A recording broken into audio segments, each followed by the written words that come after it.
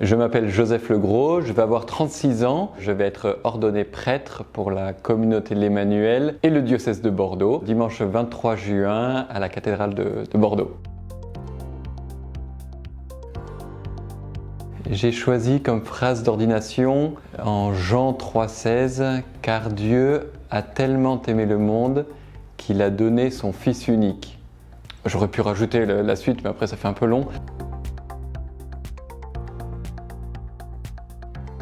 Le Seigneur a été patient avec moi et il a su venir me chercher. J'avais fait des études dans la construction bois, dans la charpente, jusqu'en école d'ingénieur. Et en dernière année d'école d'ingénieur, où j'avais mis le Seigneur de côté dans ma vie, j'ai voulu faire de l'humanitaire pour redonner du sens à ma vie et je suis allé toquer chez Fidesco. Et c'est en session de discernement Fidesco, à travers une confession, que j'ai vraiment rencontré le Seigneur. C'était le 16 avril 2012.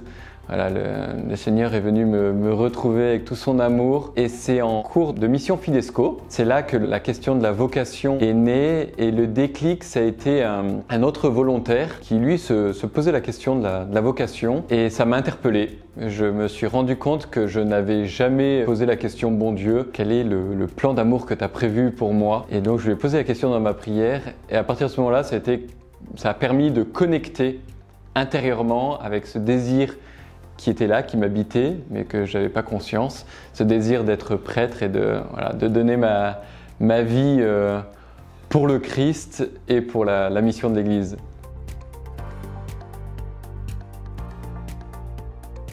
Il y a plusieurs personnes qui m'ont marqué, en particulier le père Luigi, qui était un prêtre missionnaire italien, en Zambie, sur le lieu de mission où j'étais avec Fidesco, un prêtre de 75 ans qui avait une énergie impressionnante, qui courait la brousse au volant de son 4x4 pour aller rencontrer les gens, donner les sacrements, former des communautés chrétiennes. Vraiment un homme qui aimait le bon Dieu et qui aimait les gens et qui se donnait vraiment pour que les gens puissent rencontrer ce Dieu qu'il aimait tant.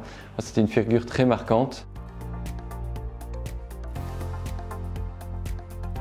Alors quand j'étais petit, j'ai eu plusieurs rêves, mais celui qui s'est un peu concrétisé, c'est celui d'être charpentier. Le lien qu'il pourrait y avoir, le Seigneur me l'a montré dans mon année de discernement, où je me rendais compte que de devenir prêtre, ça voulait dire renoncer à mon métier. Et le Seigneur m'a montré qu'il m'attendait pour construire, certes, mais non plus des charpentes, mais plutôt un édifice spirituel. Voilà, de participer à la construction de l'Église, la construction du royaume de Dieu, la construction de la civilisation de l'amour.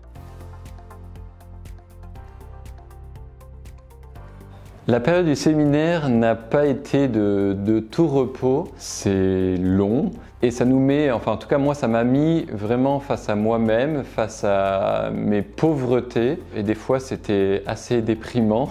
Alors on a la chance d'être vraiment bien accompagné et une des ressources sur lesquelles je me suis beaucoup appuyé, c'est la vie fraternelle.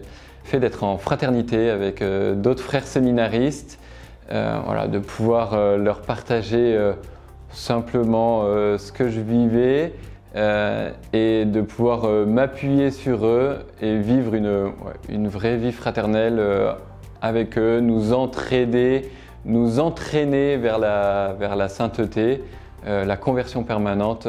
Voilà un des lieux ressources principales. Il y en aurait plein.